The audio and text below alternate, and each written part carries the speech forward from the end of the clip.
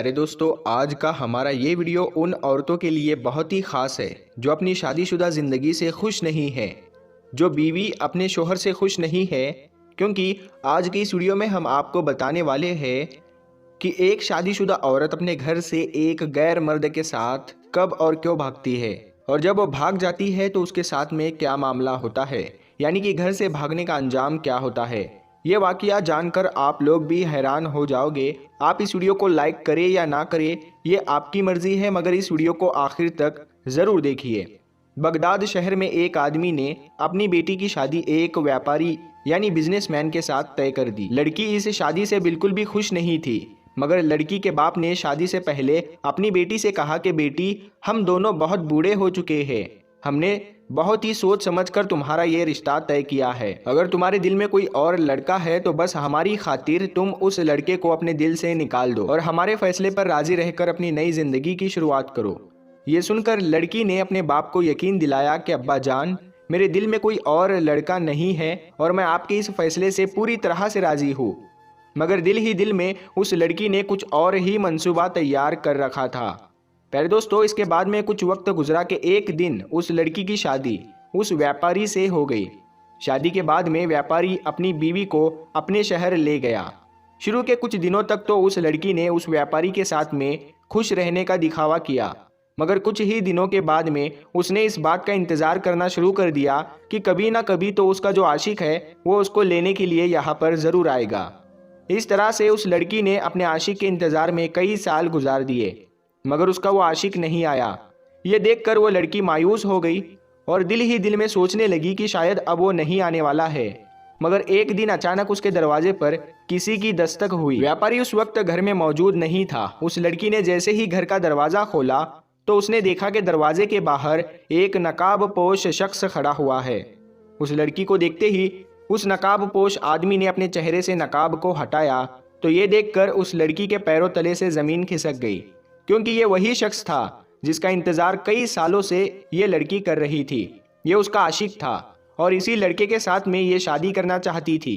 उस नकाबपोश आदमी ने इस लड़की का हाथ पकड़ा और उसे घर से बाहर आने को कहा। ये सुनकर लड़की ने कहा कि हमें जल्दी नहीं करनी चाहिए, मैं आज अपने शोहर से तलाक का मुतालबा करूंगी, यानी कि आज मैं अपने शोहर से तलाक की मांग करूंगी। अगर वो मुझको तलाक दे देगा तो फिर मैं तुम्हारे साथ में शादी कर लूंगी। ये सुनकर उस शख्स ने उसकी बात मान ली और फिर वहां से वापस चला गया। उसके बाद जब शाम को वो व्यापारी अपने घर आया तो उस लड़की ने ये बात बताई कि वो उसके साथ में खुश नहीं है। अब उसको उसकी मंजिल मिल चुकी है और अब उसको तलाक चाहिए। यानी कि वो लड़की अपने शोहर से कहने लगी कि अब तुम मुझे तलाक दे दो ताकि मैं अपनी ज़िंदगी का दोबारा से आगाज़ कर सकूं।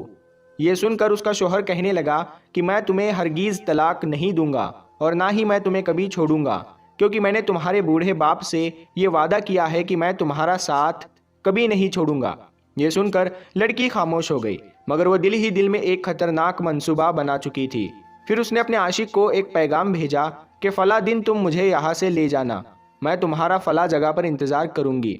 उसके बाद व्यापारी जैसे ही घर से बाहर गया तो लड़की ने घर में रखा निकाहनामा तलाश किया और फिर उसे जला दिया। फिर वो अपने उस आशिक के साथ में घर से भाग गई।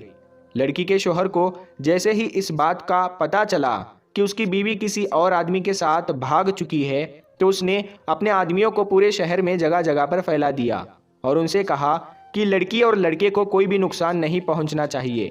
फिर कुछ ही अरसे के बाद में लड़का और लड़की दोनों मिल गए। व्यापारी अपनी बीवी और उसके आशिक को अदालत में ले गया और काजी के सामने दोनों को पेश कर दिया और काजी साहब से कहा कि ये शख्स मेरी घर की इज्जत को भगाकर ले जा रहा था, हमने इन दोनों को पकड़ लिया है।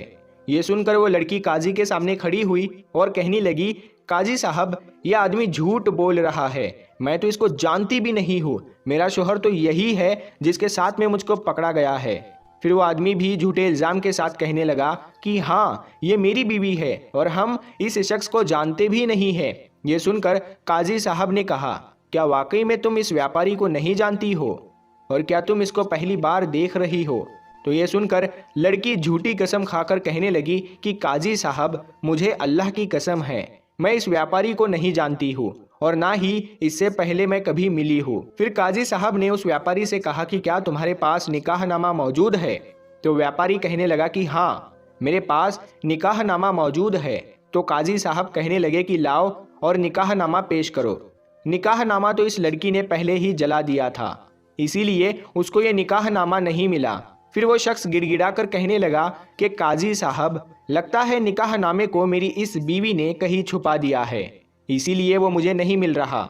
मगर मैं सच कहता हूँ, ये लड़की मेरी ही बीवी है। दोस्तों, इतना सुनने के बाद काजी साहब ने व्यापारी से कहा कि तुम मुझे अपने घर ले चलो।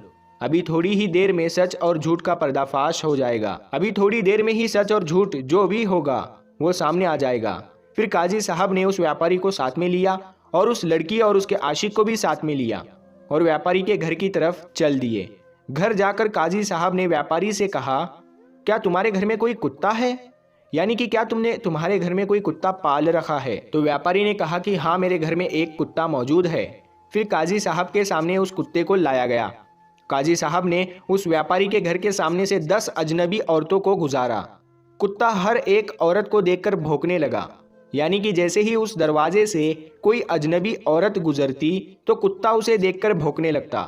मगर जैसे ही व्यापारी की बीवी घर के दरवाजे से गुजरी तो उस कुत्ते ने भौंकना बंद कर दिया, यानी कि वह बिल्कुल खामोश हो गया। और ये देखकर काजी साहब ने कहा कि ऐ औरत, बस इस बात से यह साबित हो गया कि तुमने इस घर में और इस व्यापारी के साथ में इस घर में तुम रह चुकी हो, तभी तुम इस घर के कुत्ते के सामने अजनबी नहीं हो। फिर काजी साहब ने उस औरत को व्यापारी के हवाले कर दिया और उसके आशिक को गिरफ्तार कर लिया गया। मगर इसके दूसरे दिन व्यापारी ने एक अजीब ही फैसला किया। उसने अपनी बीवी को यह कहकर तलाक दे दिया कि अब मुझको तुम पर भरोसा नहीं रहा। अब अगर मैंने तुम्हें अपने घर में रखा तो तुम मेरी गैर मौजूदगी में कभी भी और किसी भी वक्त मेरे घर से भाग सकती हो, इसीलिए अब मैं तुमको तलाक दे देता हूँ। तलाक के बाद में वो औरत अपने उस आशिक के पास में चली गई। फिर कुछ ही अरसे के बाद में उस औरत ने और उसके आशिक ने शादी कर ली। लेकिन वो लड़की अपने आशिक को पहले जैसा समझ रही थी वैसा नहीं निकला। उसका आशिक तो एक बेकार शख्स था। वो हर रोज शराब के नशे में धुत रहता और अपने कई शराबी दोस्तों को अपने घर ले आता। फिर वो अपनी बीवी से कहता कि वो उसके दोस्तों के सामने नाच गाना करे। फिर वो औरत उसके दोस्तों की बुरी नीयतों को भाप कर उस घर से भाग गई और अपने बूढ़े माँ बाप के घर पहुंच गई। मगर माँ बाप ने ये कहते हुए अपने घर से वापस उसे निकाल दिया कि उसने उनको जीते जी पहले ही मार डाला है। आखिर में वो थक हार कर और परेशान होकर वापस अपने व्यापारी शोहर के पास आ गई और उसके पैरों में गिरकर गिड़गिड़ाने लगी और कहने लगी कि उससे बहुत बड़ी गलती हो गई, अब वो उसको माफ़ कर दे और अब उसके साथ में वो दोबारा निकाह कर ले। फिर व्यापारी ने देखा कि उसको अपनी गलती का एहसास हो चुका है, इसीलिए उसने फिर से उसके साथ में दोबारा निकाह कर लिया। इसीलिए दोस्तों सच कहते हैं कि अगर कोई इंसान शादी की कदर ना करे, यानी कि जिसके साथ में भी उसकी शादी हो जाए और उसकी कदर ना करे और सिर्फ अपने नफ्स की पैरवी करे, फिर ऐसे इंसान को तबाह बर्बाद होने से कोई नहीं रोक सकता। क्योंकि इंसान जिसको मुश्किल समझ रहा होता है, अल्लाह की नज़र में वो एकदम आसान होता है और सही होता है और इंसान के लिए बेहतर होता है। और इंसान जिसको सज़ा समझ रहा होता है वो उसके लिए बिल्कुल अच्छा और ठीक होता है। बस वक्त देना होता है, सब्र करना होता है, फिर पता चलता है कि कौन सा वक्त अच्छा था और कौन सा वक्त बुरा है। और हमेशा शादीशुदा लोगों को इस बात को हमेशा याद में रखना चाहिए कि शादीशुदा जोड़ों को अपने माजी में जीने से अच्छा है कि वो अपने आज में जिए और अपने मुस्तकबिल के लिए बेहतर से बेहतर फैसले करे। अपने माजी को पीछे ही छोड़ देना बेहतर होता है और चाहे हालात कैसे भी हो जाए, एक दूसरे का साथ कभी नहीं छोड़ना चाहिए। और अगर आपके बीच में कोई परेशानियां हैं तो आप सब्र से काम ले और याद रखें, गुस्सा अकल को खा जाता है। तो इसीलिए गुस्से में कोई ऐसा फैसला ना ले जिसका बाद में आपको पछतावा हो। तो उम्मीद करते हैं आपको ये वाकया पसंद आया होगा। अगर आपको ये वीडियो पसंद आया है तो हर बार की तरह आप इस वीडियो को लाइक करें, अपने दोस्तों में शेयर करें। अगर चैनल पे पहली बार आए हो तो चैनल को सब्सक्राइब करके बेल आइकन ज़रूर दबा दें। हम मिलते हैं फिर एक नई वीडियो के साथ, तब तक के लिए अस्सलाम वालेकुम, अल्लाह।